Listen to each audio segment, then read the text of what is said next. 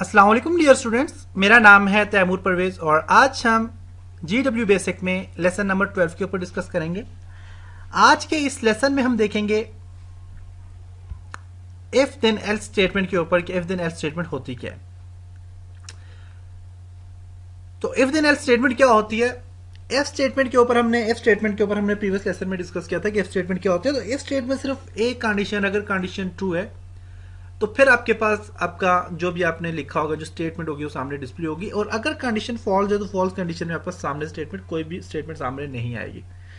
लेकिन if then else में आप दोनों कंडीशंस पे काम कर सकते हो। अगर इफ कंडीशन अगर ट्रू है तो उसमें ये स्टेटमेंट आ जाए, अगर कंडीशन फॉल्स है तो उसमें ये स्टेटमेंट आ जाए।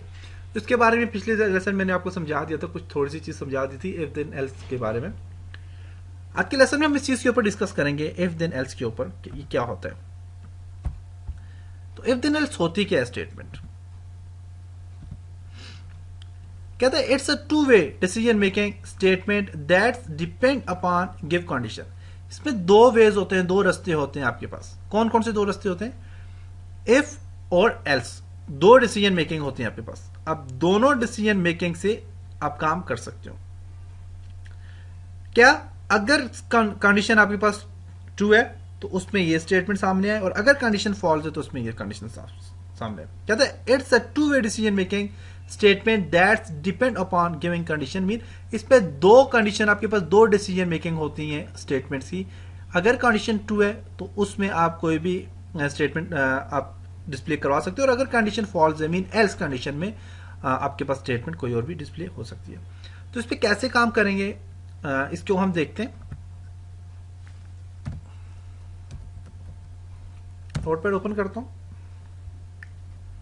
ओके, देखिए पहली कंडीशन में हमने इफ स्टेटमेंट अप्लाई की। तो फिर इफ स्टेटमेंट क्या होती थी कि इफ स्टेटमेंट थी मेरे पास CLS है 20 में, पिछले वाला काम भी करता हूं, एज जो है वो इक्वल टू 18 के इक्वल है।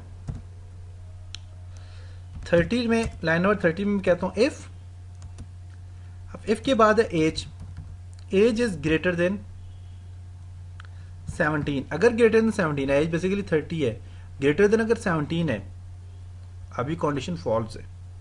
मीन अगर ग्रेटर देन 17 है एज तो ये फॉल्स कंडीशन है, क्योंकि एज जो है मेरे पास बेसिकली एज जो है अभी एक कंडीशन ट्रू है।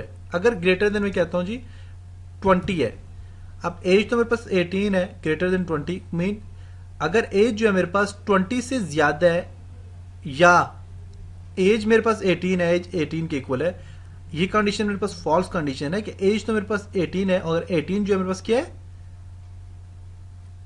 18 जो है मेरे पास 20 से लेस देन है, ग्रेटर देन नहीं है, फॉल्स कंडीशन है।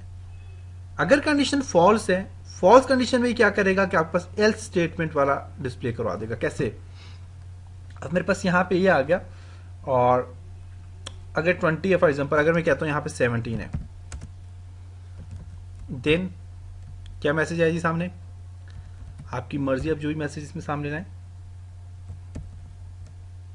अगर ग्रेटर देन 17 है एज, हाँ एल्स अगर मेरे पास एज जो है अगर 17 से, मैं यहां पे लिखता हूं 18, ग्रेटर देन एज जो है मेरे पास कितनी है, 18 के इक्वल है, और 18 जो है तो मेरे पास एक, मतलब ये तो बराबर है ना आपस में। तो इस कंडीशन में अगर मेरे पास 18 है तो मेरे पास ये क्या डिस्प्ले करे जी, ग्रेटर देन अगर 18 है तो उस टाइम मेरे पास ये कोई और मैसेज अप्लाई करे। और अगर 18 से कम है या फिर मेरे पास कंडीशन फॉल्स कंडीशन है, एज मेरे पास अगर फॉल्स कंडीशन है, फॉल्स कंडीशन में ये क्या अप्लाई कराएगा मेरे पास, एल्स कंडीशन में ये मेरे पास कोई और स्टेटमेंट अप्लाई करवा देगा।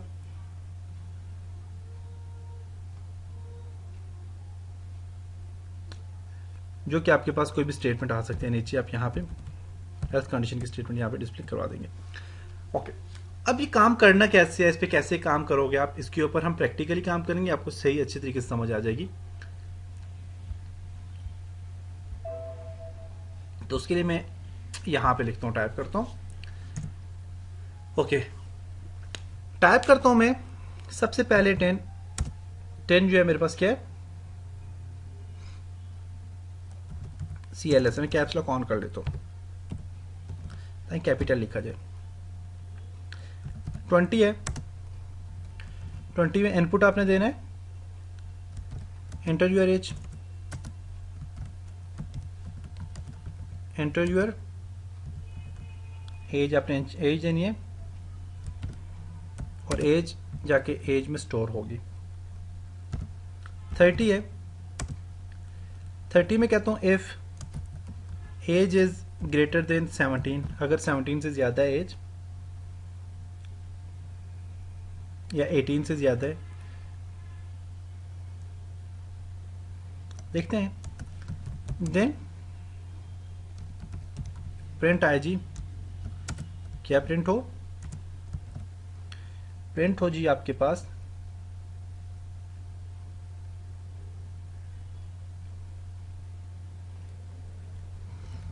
you can apply for driving license for example।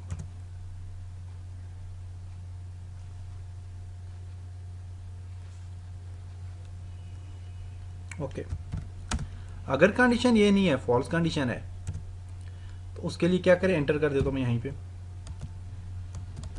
Else. Else में क्या करें? सामने मैसेज डिस्प्ले कराया जी, सॉरी एल्स प्रिंट, कंडीशन अगर सही नहीं है, प्रिंट करवाए मैसेज आपके पास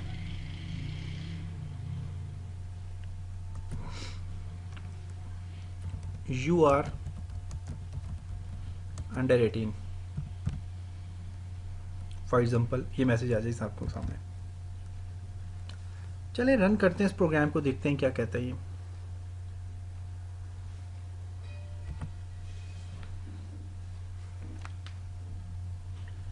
else without A on current line. Okay, इसको मैं ऊपर ले जाता हूँ, देखता हूँ ये इसने एरर दे दिया, तो इसको मैं ऊपर ले जाता हूँ। अब सही, अब F5 प्रेस करता हूँ। ऐसा कोई एरर दे दे तो आप उसको बेशक एक ही लाइन में लिख लें। एंटर योर एज 17 देता हूं, यू आर अंडर 18, देख सकते हैं यू आर अंडर 18। क्यों? देखिए मैंने मैसेज दिया, मैं कहता हूं कि input enter your age, input आ जाए 30 में if age is greater than 17। अगर मेरे पास एज जो है, एज क्योंकि 18 है ना, अब देखें मेरे पास एज जो है, यहां पे तो एज मैंने नहीं दी। अगर मैं कहता हूं कि एज जो है, यहां पे मैंने एज अभी फिलहाल कोई भी नहीं दी, 18 20 कोई भी नहीं दी फॉर एग्जांपल मैंने,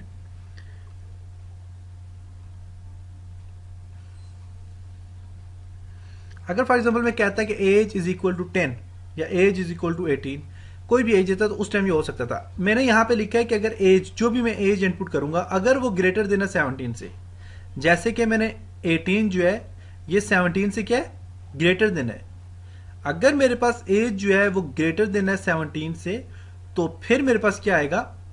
अगर मैंने यहाँ पे 18 या 17 मैंने अप्लाई किया, अगर मैं कहता हूँ एज जो है मेरे पास ग्रेटर देन 17 है, अब एज मेरे पास ग्रेटर देन 17 नहीं है, एज मेरे पास इक्वल टू 17 है, बिल्कुल मीन गलत कंडीशन है। तो इस कंडीशन से क्या किया, यू आर अंडर 18, इसने ये वाला मैसेज, एल्स वाला मैसेज अप्लाई कर दिया, यू आर अंडर 18। अगर मैं यहां पे अप्लाई करता हूं जी,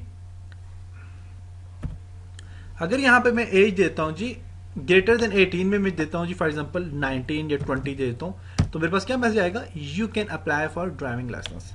और अगर मेरे पास लेस देन 18 एज जो होगी, 18 से कम जो भी एज होगी, तो उसमें मेरे पास ये वाला मैसेज डिस्प्ले होगा।